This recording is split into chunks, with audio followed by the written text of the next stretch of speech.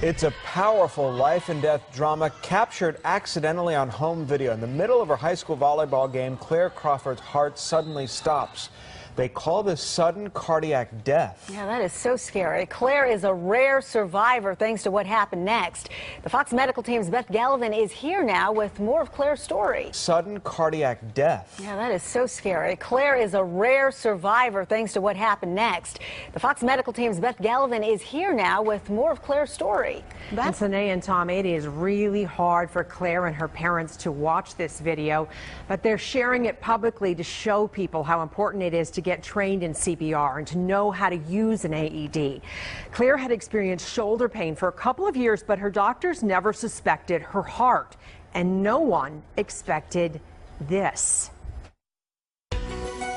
I was like right about here, and then I staggered a couple steps. 17-year-old Claire Crawford is the girl in the video, the one whose heart suddenly stops. Well, I feel nauseous watching it because it's a little scary. It happened here in the gym at Loganville Christian Academy during an October volleyball match. It was senior night. Claire's parents, Eric and Lisa, had set up a video camera across the gym. It was up on the stage. You don't expect that it's going to happen at your school, literally right in front of you. I had just served, and then I'd set the ball up and then moved back, and then I just remember feeling like I was about to pass out. Claire grabs her chest, then hits the floor in full cardiac arrest. Terrified. Terrified. The camera still rolling. Claire is surrounded. You're very nervous.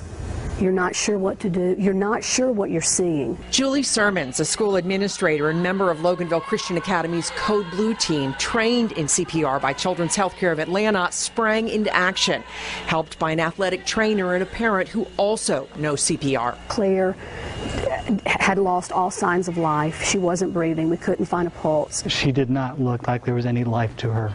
And I, at that point, didn't know what to do. But Julie Sermons did, because the Code Blue team had practiced this same drill at least 15 times in the last 6 years, and instinct and training kicked in. You do the one thing that you know to do, and then you do the next thing, and then you do the next thing. Have someone call 911. Go grab the AED. That AED was only about 30 feet away. Lots of praying.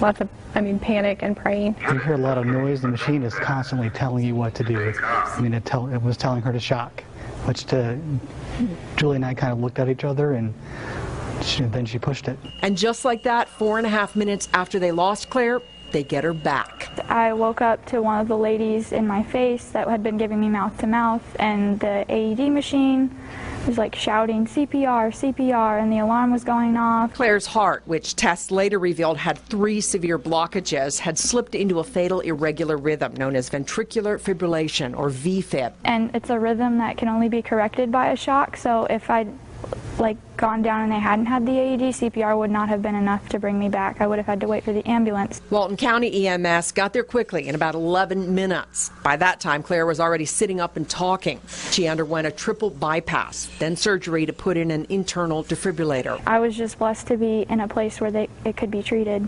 So 2 weeks before that, I was in Honduras on a mountain, and there's no way if it had happened then, I would have lived.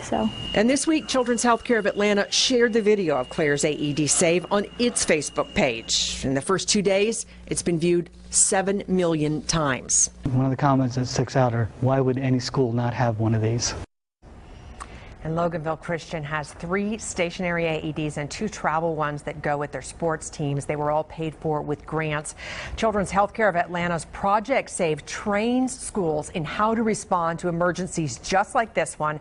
And on Friday, Project Save is holding a drill day. They're asking schools to practice their emergency action plans so that they know what to do just in case. Because Tom and Sine, this was like a perfect storm. Everything was carefully coordinated. They had the AED, they had the training, they knew what to do. They'd practiced it enough that when it happened, it was like rote. Everybody they just jumped did into what they action. knew to do. Yeah. It's a reminder to all of us to practice and, make sure that it's Also to look around. Where is the AED around me Yeah. at the gym? Where is it at school? Ask. More so for high schools, Beth, than like elementary and middle schools? Well, they're training all schools, and they're trying to build teams of administrators in those schools and teachers who, 5 to 10 people who can respond when they have a drill like this, because seconds matter, minutes matter. Sure they You've do. got to respond quickly. Yeah. Glad they did in that case. Absolutely. Thanks, Beth.